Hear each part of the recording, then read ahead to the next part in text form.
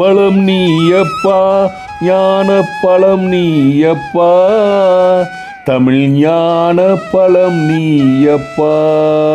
திருச்சிற்றம்பலம். வெற்றிவேல் முருகனுக்கு அரோகரா. தமிழகத்திற்கே பெருமை சேர்த்து கொண்டிருப்பது பழனி பாலங்காதிபாணி திருக்கோயில். பல பக்தர்கள் விரதம் இருந்து பால்குடம் காவடி எடுத்து ஆடி அந்த முருகனை தரிசித்து வருவார்கள். பல ஊர்களிலிருந்து கூட்டம் கூட்டமாக வருவார்கள்.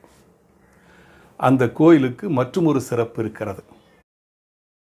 தமிழ்நாடு இந்து சமய அறநிலையத்துறையால் நிர்வகித்து வரும் அருள்மிகு தண்டாயுதபாணி கலை மற்றும் பண்பாட்டு கல்லூரியின் சிறப்புகளை நாம் பார்க்க போகிறோம். 28 ஆண்டுகள் பேராசிரியராக பணிபுரிந்து தற்போது 2 ஆண்டுகள் முதல்வராக பொறுப்பேற்றிருக்கும் திரு ஆசிரியர் ரத்னசாமி அவர்களின் பேட்டியைத்தான் நாம் இப்பொழுது பார்க்க இருக்கிறோம். நாம் இந்த வீடியோவில் தமிழ் பெருமையை பற்றி பேச போகிறோம், தெரிஞ்சுக்க போகிறோம். நம்ம கூட வந்திருக்கிறவர் ரத்னசாமி, பழனியாண்டவர் கலை மற்றும் பண்பாட்டு கல்லூரியோட முதல்வர் பொறுப்பு வகிக்கிறவர். 30 ஆண்டு காலம் இந்த தமிழ் துறையில் அனுபவம் மிக்கவர் திரு ரத்னசாமி. அவர்கிட்ட இந்த தமிழ் பெருமைகளை நாம் என்னென்னு தெரிஞ்சுக்கலாம், எப்படி அவர் மாணவர்களுக்கு சொல்லிக் கொடுக்குறாங்கிறதையும் தெரிஞ்சுக்கலாம். வணக்கங்க. வணக்கங்கண்ணா. சொல்லுங்கள், உங்களை பற்றி கொஞ்சம் சொல்லுங்கள், உங்கள் கல்லூரி பற்றி சொல்லுங்கள். கண்டிப்பாங்க. முதல் உங்களுக்கு என்னுடைய மனமார்ந்த நன்றியை தெரிவித்துக் கொள்கிறேன். சரிங்க. என் பெயர் ரத்னசாமி.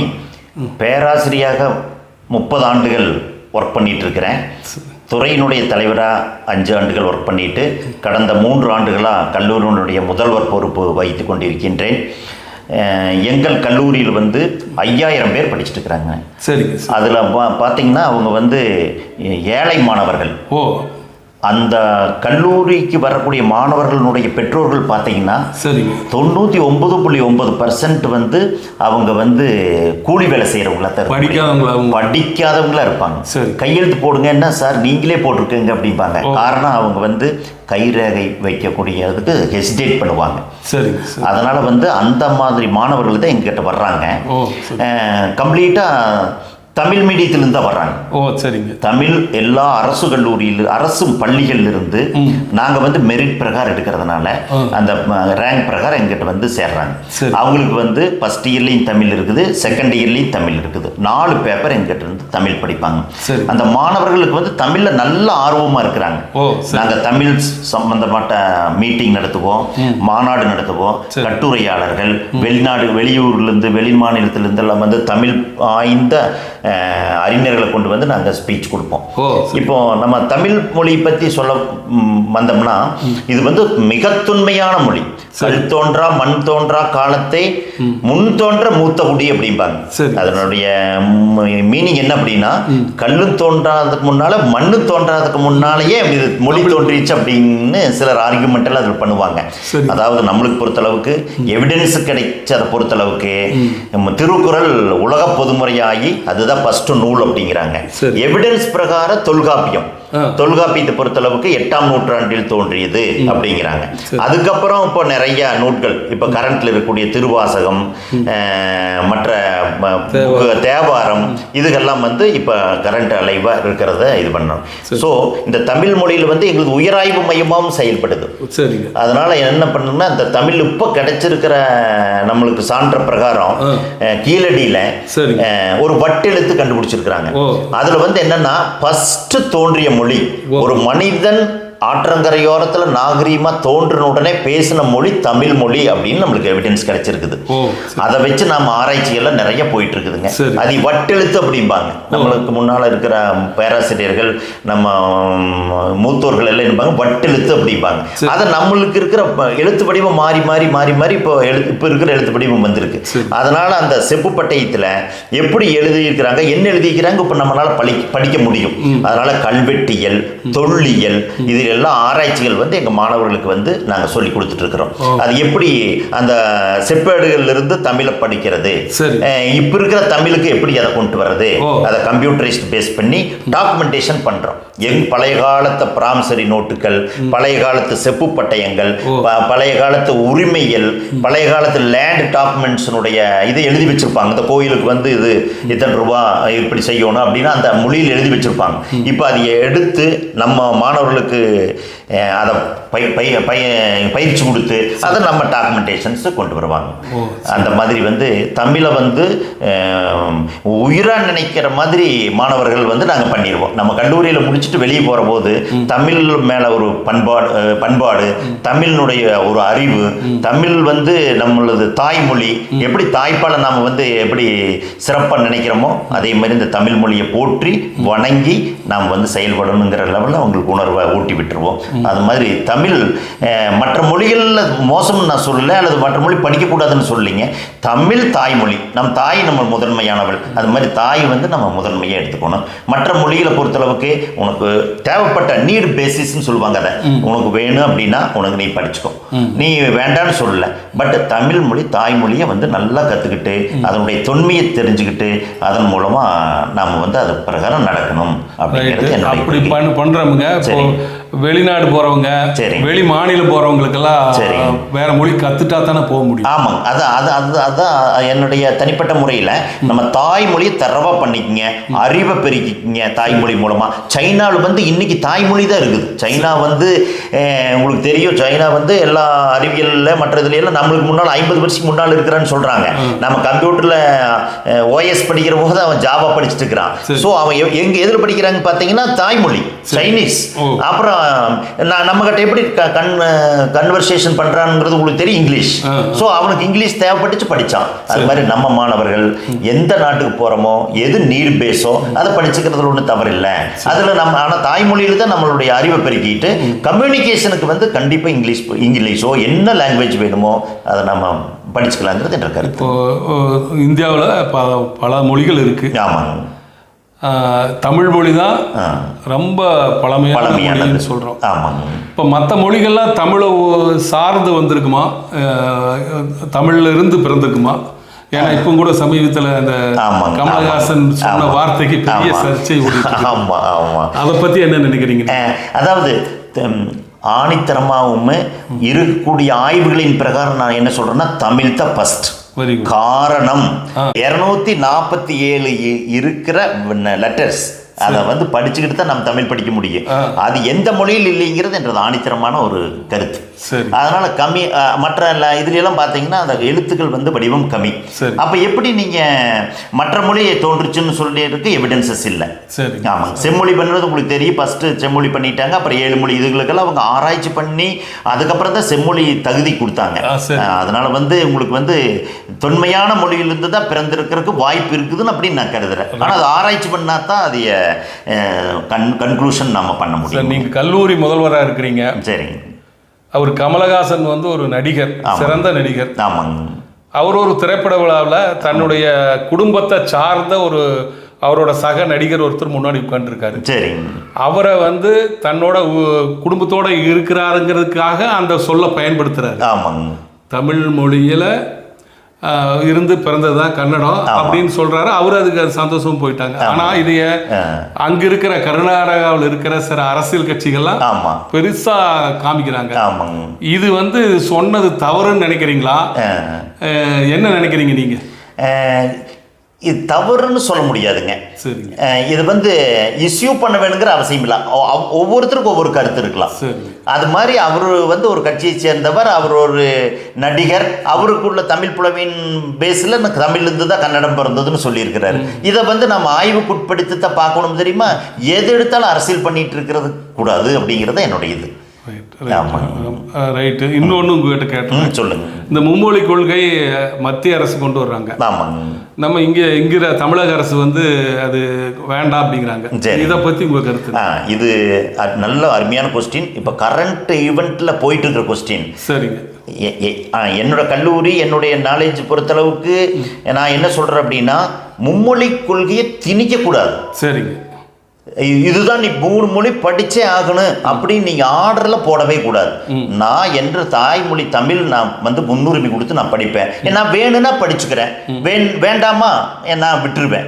எனக்கு தமிழ்நாட்டில் எனக்கு அறிவு தான் முக்கியம் அப்படின்னா நான் தாய்மொழியிலேயே படிச்சுட்டு போயிடுறேன். அதனால மும்மொழி கொள்கையை திணிக்கிறது எக்காரணம் கொண்டும் நாம ஏற்றுக்க முடியாதுங்கிறது என்னுடைய கருத்து. மாணவர்கள் இப்போ எங்கள் கல்லூரியில் வந்து தமிழ் இங்கிலீஷ் இருக்குது, வேணுங்கிற லாங்குவேஜ் அவன் வெளியே போய் படிச்சுக்குவான். அதுக்கு நாங்கள் ஏற்பாடும் பண்ணி கொடுக்குறோம். என்ன லாங்குவேஜ் படிக்கிறானோ அதுக்கு ஸ்டைபண்டெல்லாம் கொடுக்குறாங்க, கொண்டு வந்து நாம் படிக்க வச்சுக்கலாம். அதனால மும்மொழி கொள்கையை திணிக்கணுங்கிறது வந்து ஏற்புடையதல்ல. ஆமாம். சரிங்க, உங்கள் கல்லூரி அதுக்கு ஒரு சின்ன அண்ணன் கேட்டங்காட்டி ஒரு சின்ன கொஸ்டின் கேட்குறேன்.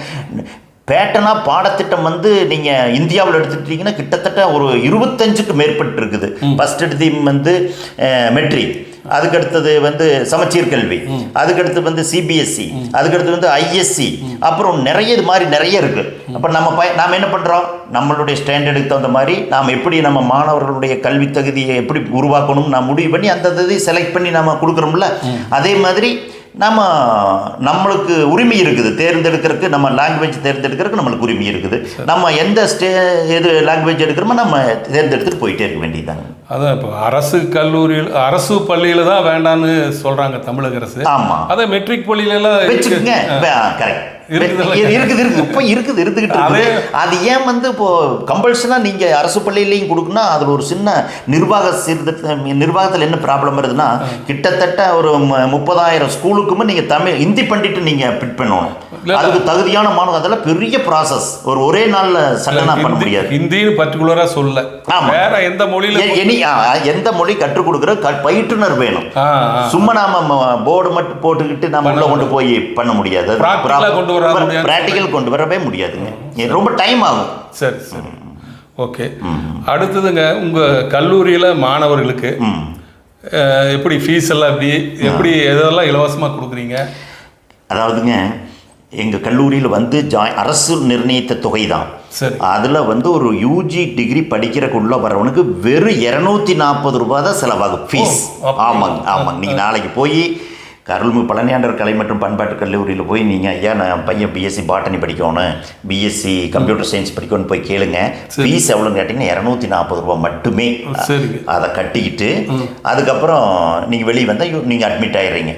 அதுக்கப்புறம் அந்த மாணவர்களுக்கு என்ன கொடுப்போம்னா, தமிழ்நாடு அரசினுடைய ஸ்காலர்ஷிப் மாதம் 1000 ரூபீஸ் கிடைக்கும் அவனுக்கு. ஆமாம்.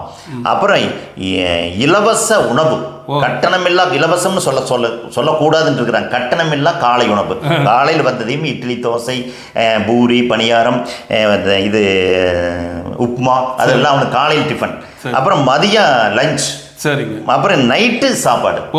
நைட்டு கொடுக்குறான். சாப்பிட்டு வீட்டுக்கு சாப்பிட்டு நீ வீட்டுக்கு போகலாம். இல்லை எங்கள் கல்லூரி மிகப்பெரிய கட்டடம், கல்லூரி கட்டடம், ஒரு 200 மாணவர்கள் ஹாஸ்டல் தங்கிக்கலாம். ஹாஸ்டல் ரூமுக்கு மாத்திரம் அந்த மெயின்டெனன்ஸ் சார்ஜுக்கு ரூமுக்கு மட்டும் ஒரு 1000 ரூபீஸ் வாங்குவோம் மாதம். மற்றதெல்லாமே ஃப்ரீ. ஸோ அந்த அவனுங்களுக்கு வந்து உணவு ஃப்ரீ, ஃபீஸ் ஃப்ரீ, எல்லாமே. எல்லா ஏழை மாணவர்கள் நல்லா பயன்படுத்திட்டு நல்லா முன்னேறி வந்துடுறாங்க, நல்லா படிக்கிறாங்க. அதுக்கு ஏதாவது லிமிட், மார்க் லிமிட் ஏதாவது வச்சிருக்கீங்க? மார்க் லிமிட்டே கொண்டு வரலன்னாங்க. சரி, ஒன்லி அவன் வந்து எங்கள் கல்லூரி மாணவனுக்கு மட்டும். அதுதான். ஆமாம், எங்கள் கல்லூரி மாணவனுக்கு மட்டும். எங்களுக்கு வந்து 5000 ஸ்டூடெண்ட் சொன்னவங்களுக்கு எங்கள் கல்லூரி 5 கல்லூரி நடத்துகிறோமுங்க. சரி, 15,000 பேர் சாப்பிட்றாங்க. ஒரு நாளைக்கு 15,000 பேருக்கு சாப்பாடு ஆகுது. அது கிச்சன் பிரிச்சிருக்கிறோம். ஆமாம், கிச்சன் பிரிச்சிருக்கோம். அங்கேயே இருக்குங்களா? அங்கேயே உள்ளேயே மிகப்பெரிய. பழனியிலேயே அந்த 5 கல்லூரி இருக்குதான். பழனியை சுற்றி கிட்டத்தட்ட 5 கிலோமீட்டர் ரேடியஸில் இருக்குது. அருள்மிகு பழனியாண்டவர் கலை மற்றும் பண்பாட்டு கல்லூரி நான் இருக்கிறது. அருள்மிகு பழனியாண்டவர் கலை மற்றும் பண்பாட்டு கல்லூரி மகளிர். இன்னொன்று வந்து அருள்மிகு பழனியாண்டவர் கல்லூரி வந்து ஒட்டஞ்சத்திரம். இன்னொன்று வந்து கார்த்திக் ஸ்கூல்னு சொல்லி போட்டு மெட்ரிகுலேஷன் ஸ்கூல். இன்னொன்று வந்து கருணை இல்லம் அப்படின்னு சொல்லி போட்டு பெற்றோர்கள் இழந்த மாணவர்கள் ஒரு 100 பேர் 200 பேர், பெற்றோர்கள் 2 பேரண்ட் இல்லை அப்படின்னா அவங்களை கொண்டு எங்கிட்ட நீங்கள் ஒப்படைச்சிட்ட போகுது. டிகிரி வரைக்கும் அவனுக்கு ஃப்ரீ, சாப்பாடு ஃப்ரீ, இது ஃப்ரீ, எல்லாமே ஃப்ரீ. கிளாத், துணி ஏதாவது கொடுத்து, துணி வந்து மிகப்பெரிய கொடையாளர்கள் கொண்டு வந்து கொடுத்துட்டு வருவாங்க. உங்க மாதிரி வர்றவங்க 100 பேருக்கு வேணுங்கன்னு சொன்னா போது உடனே கொண்டு வந்து கொடுத்துருவாங்க. எல்லாமே ஃப்ரீ. அப்புறம் இது மற்ற கல்லூரியில் இருக்கிறவங்களுக்கு துணி ஏதாவது கொடுக்குறோமா? நம்ம எங்க கல்லூரி அருள்மிகு கலை மற்றும் நான் உங்க கல்லூரியில அவங்க அந்த யூனிஃபார்ம் மாதிரி அதாவது துணி கொடுக்குறீங்களான்னு கேட்குறேன். கல்லூரி எங்கள் கல்லூரி அரசு எங்கள் கல்லூரியில் இல்லைங்க, அந்த கருணை இல்லம்னு சொல்லக்கூடிய மாணவர்கள் தங்கி இருக்கிறவங்களுக்கு துணி கொடுக்குறோம். சரி, ஆமாங்க. ஓகே, ஆமாங்க. அது தவிர நாதஸ்வர கல்லூரின்னு ஒன்று இருக்குது. 4000 ரூபாய் ஒரு மாதம் அந்த பையனுக்கு, 4000 rupees. அவன் அந்த நாதஸ்வரம்னு பழகிறது. அவனுக்கு 4000 ரூபாய் மாசம்னா 12 36,000 ரூபாய் ஆச்சுங்களா? சாப்பாடு அரசே கொடுக்குது. ஓ சரி. அவனுடைய அக்கௌண்ட்ல மாசம் 31ஆம் தேதி ஈவினிங் அவனுக்கு ஏறிடும். சாப்பாடு ஃப்ரீ, சொல்லிக் கொடுக்குற பயிற்றுனர் ஃப்ரீ, எவ்ரிதிங் எல்லாம் கம்ப்ளீட்டாக ஃப்ரீ. இதெல்லாம் நாதஸ்வரம் மட்டும். அப்புறம் வந்து நாதஸ்வரம், தவில், அப்புறம் வந்து இது இன்னொன்று ஓதுவார் பயிற்சி பள்ளி இருக்குது, அது ஒன்று. அதை தவிர வந்து வீடற்றவர்களுக்கு வந்து வீடு கொடுத்துருக்குறோங்க. வீடு இல்லை எனக்கு அப்படின்னு சொன்னால் அவங்க நம்ம வீட்டில் வந்து தங்கிக்கிறாங்க. அங்கே ஹால் இருக்குது. முதியோர்களுக்கு 60 வயசுக்கு மேலே இருக்கிறவங்களுக்கு வந்து தன்னுடைய மகளும் விட்டுட்டாங்க அப்படிங்கிறது வந்து சர்டிஃபிகேட்லாம் ஒன்றும் வேண்டியது. நீங்கள் வந்தீங்கன்னா போதும், நாங்கள் 3 நேரம் சாப்பாடு சாப்பிட்டு நீட்டாக இந்த மாதிரி ஒவ்வொரு ரூம்ஸ் இருக்குது, தங்கிக்கலாம். மனநிலை இன்னொன்று முக்கியமானது, மனநிலை பாதிக்கப்பட்ட ஆணாக இருந்தாலும் சரி, இப்போ ஆண்களுக்கு மட்டும், பெண்களுக்கு ஒன்றும் ஏற்பாடு பண்ணல. மனநிலை பாதிக்கப்பட்ட ஆண்களுக்கு அருமையான ஹாஸ்டல் இருக்குது, வந்து தங்கிக்கலாம். ட்ரீட்மெண்ட் வந்து டாக்டர் வச்சு ட்ரீட்மெண்ட் கொடுக்குறாங்க. இது கவர்மெண்ட் நடத்துது? இல்லை, இது இப்போ நான் சொல்கிற பள்ளிகள் கல்லூரிகள் அனைத்தும் இந்து சமய அறநிலைத்துறை அருள்மிகு பழனி தண்டாயுதபாணி சுவாமி திருக்கோயில்னால நடத்துகிறாங்க. ஆமாம், இவ்வளோ விஷயங்கள் மக்களுக்கு தெரியாது. ஆமாங்கண்ணா, கொஞ்சம் வெளியே இல்லை. நீங்கள் அது வந்து கண்டிப்பாக உங்கள் தொலைக்காட்சி நல்ல சிறப்பான சேவை செஞ்சுட்டு வந்திருக்கிறீங்க. உலகம் முழுவதும் இது பரவணும். நீ அதில் எந்த பாகுபாடே கிடையாது. யாராக இருந்தாலும் சரி வந்து ஜாயின் பண்ணிக்கலாம். அவங்க வர வேண்டியது எங்களை தேடி. மதம் மொழி எதுவும் கிடையாது, வரலாம். அதே கல்லூரி மாணவர்களுக்கும் அப்படித்தானுங்க. எந்த மதம் எந்த மொழியாக இருந்தாலும் சரி மாணவர்களை நாங்கள் எடுத்துக்கிறோம். பட் இனச்சுழற்சிங்கிறது தெரியுங்க. கம்யூனல் ரோஸ்டர் பிரகாரம் தான், மெரிட் பிரகாரம் எங்களுக்கு ஒரு வருஷத்துக்கு 410 ஸ்டூடெண்ட் தான் எடுத்துக்க முடியும். ஆனால் எங்களுக்கு வருது 1000 அப்ளிகேஷன் வருதுன்னு வச்சுக்கோங்க. நாங்கள் எப்படி ஃபில்டர் பண்ணோம்னா ரேங்க் பிரகாரம், தமிழ்நாடு அரசினுடைய விதிகள் பிரகாரம் எடுத்துக்குவோம். Merit, pure merit. சரிங்க. உங்கள் கல்லூரியில் படித்த மாணவர்கள் சாதனை பண்ணியிருக்காங்களா? சரிங்க. எந்த மாதிரி சாதனை பண்ணியிருக்காங்க? ஓகே, வணக்கங்கண்ணா. இப்போ எங்கள் கல்லூரி தொடங்கி 64 ஆண்டுகள் ஆயிடுச்சுங்க. சரிங்க. அதாவது அந்த பகுதியில் வந்து கல்லூரி இல்லாத காலத்தில் கிட்டத்தட்ட சென்னை தான் போய் படிக்கணும். அப்போ 64 ஆண்டுகள் திருவாளர் பக்தவிச்சலம் சிஎம்மாக இருக்கிற போது ஆரம்பித்த கல்லூரி. அப்போ அந்த 64 வருஷமாக நாங்கள் மாணவர்களை வந்து ஃபஸ்ட்டு 3 வருஷம் தான் மாணவர்கள் இல்லை, அதுக்கப்புறம் மாணவர்களை அனுப்பிச்சதையெல்லாம் நாங்கள் வந்து டாக்குமெண்டேஷன் பண்ணி. நீங்கள் அந்த கல்லூரிலேயே 30 வருஷம் 30 இயர்ஸ் நான் போய் ஜாயின் பண்ணி, அதுக்கு முன்னால் 34வது வருஷம் அந்த கல்லூரிக்கு வயது. சரி. அப்போ எங்களுக்கு முன்னால் மாணவர்கள் வந்து நிறைய மாணவர்கள் வந்து அங்கே படிச்சுட்டு வெளியே போயிருக்கிறாங்க. அவங்கெல்லாம் இப்போ என்ன பண்ணியிருக்காங்கன்னு சொல்லிவிட்டு ஒரு நாங்கள் டேட்டா பேஸ் ஒன்று கலெக்ட் பண்ணிக்கிறோம். எங்களுக்கு வந்து நேக் கமிட்டின்னு ஒரு கமிட்டி வரும். அந்த கமிட்டி வந்து உங்கள் மாணவர்கள், இப்போ நீங்கள் கேட்ட கேள்வி எனக்கு அந்த நேக் கமிட்டி பீப்புள் சேர்மேன் கேட்ட கேள்வி மாதிரி, நீங்கள் பெரியவர் நல்லா ஒர்க் பண்ணிக்கிறீங்க, உங்களை கேட்கவே இல்லை. உங்கள் மாணவர்கள் நீங்கள் என்ன உருவாக்கி வச்சிருக்கிறீங்க இந்த 30 ஆண்டுகளாக நீங்கள் சொல்கிறீங்களே எங்கள் கல்லூரி அப்படி இப்படின்னு, என்ன நீங்கள் பண்ணிக்கிறீங்க, உங்கள் மாணவர்கள் யாருன்னு சொல்லுங்கள் லிஸ்ட் அப்படிம்பாங்க. அதுக்கு நாங்கள் வந்து அனைத்து மாணவர்களுடைய பயோடேட்டாவை இதில் எல்சிடியில் ஓட்டுவோம். அதில் முதல் வந்து திருவாளர் கிருஷ்ணசாமி சார் அப்படின்னு சொல்லி ஒரு ஜட்ஜுங்க, அவர் சீஃப் ஜட்ஜ் ஆகிட்டு எங்கள் மாணவர். அதுக்கப்புறம் ராஜாமணின்னு சொல்லி போட்டு ஒரு கலெக்டர். அதுக்கப்புறம் நிறையா நீதிபதிகள், ஒரு கிட்டத்தட்ட ஒரு 12-13 நீதிபதிகள். அப்புறம் கலெக்டர் ஐஏஎஸ் முடிச்சவங்க அப்படின்னு பார்த்தீங்கன்னா 21 பேருங்க. அது எல்லாமே போட்டு இந்த இயர் இவங்க இங்கே படித்தாங்க, அவங்க ரெஜிஸ்டர் நம்பர் கீழே கொடுத்துருப்பாங்க. நீங்கள் அதை ரெஜிஸ்டர் அந்த டேட்டா பேஸ் போனீங்கன்னாவே தெரிஞ்சிடும். அதுக்கு அது மாதிரி. அப்புறம் ஐபிஎஸ் நிறைய இருக்கிறாங்க. எங்களுடைய பெரிய கல்லூரி மைதானத்தில் ப்ராக்டிஸ் எடுக்கிறக்கே போலீஸ் அகாடமிக்லேருந்து வந்து ட்ரைனிங் கொடுத்ததுனாலங்க எங்கள் தமிழ்நாட்டில் நீங்கள் பார்த்தீங்கன்னா நிறையா எஸ்ஐ, டிஎஸ்பி, போலீஸ் இதில் நிறைய இருப்பாங்க எங்கள் மாணவர்கள். அது என்சிசி மூலமாகவும் ஸ்போர்ட்ஸ் மூலமாக நிறைய உருவாக்கி வச்சுருக்கிறோங்க. அப்புறம் அதை தவிர காம்படிட்டிவ் எக்ஸாம்ஸ்க்கு நாங்கள் கோச்சிங் கொடுப்போம். அரசு போட்டித் தேர்வுகள் இப்போல்லாம் நீங்கள் பார்த்தீங்கன்னா கலைஞர் நூற்றாண்டுக்கு நிறைய அங்கங்கே அந்தந்த தொகுதிகள் குளத்தூர் முதலேருந்து நீங்கள் நிறைய ஆரம்பிச்சுக்கிறாங்க. அதை நாங்கள் முன்பிருந்தே செஞ்சுட்ருக்குறோம். அதனால் நிறைய காம்படிட்டிவ் எக்ஸாம்ஸில் விஏலேருந்து தாசில்தார் வரைக்கும் அனைத்து மாணவர்களும் வந்து எல்லாம் ஒர்க் பண்ணுறாங்க. இன்னும் எங்கள் பழைய மாணவர்களை சொல்லணும்னா ஒன்று முக்கியமானது என்னென்னா, அவங்க வந்து நம்ம கல்லூரிக்கு நிறைய செய்வாங்க. புக்கு வாங்கி கொடுப்பாங்க, மற்ற தளவாட சாமான்கள் நிறைய வாங்கி கொடுப்பாங்க. ட்ரைனிங் கம்ப்யூட்டர்ஸ் பசங்களுக்கு தேவைப்படுதுன்னா அரசு நிறைய செய்து, அதை தவிர மாணவர்களுக்கு ஸ்காலர்ஷிப்பெல்லாம் நிறைய அந்த ஃபண்டெல்லாம் கிட்டத்தட்ட 63 ஃபண்டு அந்த முன்னாள் மாணவர்கள் கொடுத்த ஃபண்டுக்கு இருக்குது. நிறைய எங்கள் மாணவர்கள் வந்து சிறந்து விளங்குவாங்க. நிறைய இங்கே வர வரைக்கும் தான் அவன் வந்து பக்குவம் இல்லாமல் இருப்பான். வெளியே போகிறபோது இந்த உலகத்தை தெரிஞ்சுக்கிட்டு இந்த காம்படிஷன் நான் முதல்வன் அப்படின்னு சொல்லி போட்டு இப்போ ஒரு அருமையான திட்ட அரசாங்கம் கொண்டு வந்திருக்குது, நான் முதல்வன். அதில் ஸ்கில் டெவலப் பண்ணுறது, படித்தா மட்டும் பத்தாது, ஸ்கில் அதுக்கு பேர் மார்க்கெட்டபிள் ஸ்கில் அப்படிம்பாங்க. அவனை கொடுத்து நாங்கள் வெளியே அனுப்புவோம். அவன் பல்வேறு நிலைகளில் உயர்ந்து மேக்சிமம் பர் இயர் 24 லட்சம் ரூபா சம்பளம் அதுக்கு போயிருக்கிறானுங்க. நிறையா மாணவர்கள் அவங்க போட்டு நிறைய ரிட்டையர் ஆகிட்டு அந்த எங்கள் மாணவர்களே வந்து எங்களுக்கெல்லாம் நிறைய ஹெல்ப் பண்ணுவாங்க, கிளாஸ் இருப்பாங்க. அந்த மாதிரி நிறையா பண்ணிகிட்டு இருக்கிறாங்க. மாணவர்கள் சிறந்து விளங்குவாங்க. அதில் ஒன்று மாற்று கருத்தில் முருகனுடைய ஆசீர்வாதத்தோட எங்களுக்கு வந்து ஒர்க் பண்ணி கொடுப்பாங்க. முதல்வரை பற்றிய மாணவரின் கவிதை.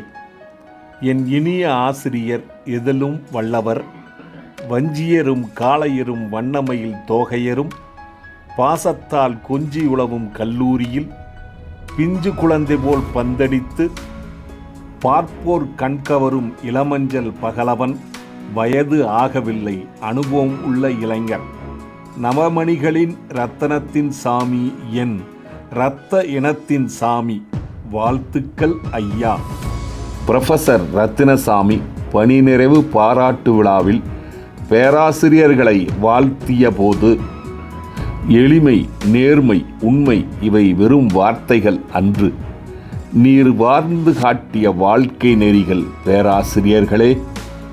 பணிகள் செய்ய நீ சளைத்ததுமில்லை, என்றும் களைத்ததும் இல்லை. தெரியாத ஒன்றை அறிய முயல்வீர், தெரிந்த ஒன்றை பிறருக்கு புரிய வைக்க முயல்வீர் பேராசிரியர்களே. உங்கள் பணி சேவைக்கு எங்கள் பாராட்டுக்கள். அன்பான குடும்பம். மனைவி டாக்டர் ஏ தேவிகா, பேராசிரியர் மற்றும் தலைவர், பிஎஸ்ஜி கலை அறிவியல் கல்லூரி, கோவை. மகள் doctor Raghavi, DM cardiology, working at AIIMS medical college, new Delhi.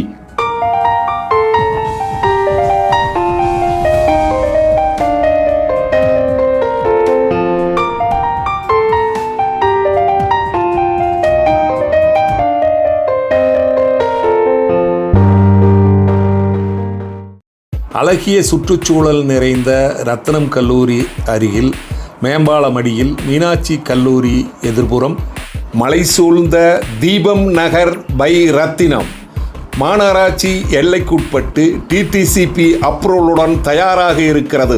வீடு கட்ட தகுதியான இடம். அனைத்து சைட்டுகளும் வடக்கு பார்த்த சைட்டுகள்.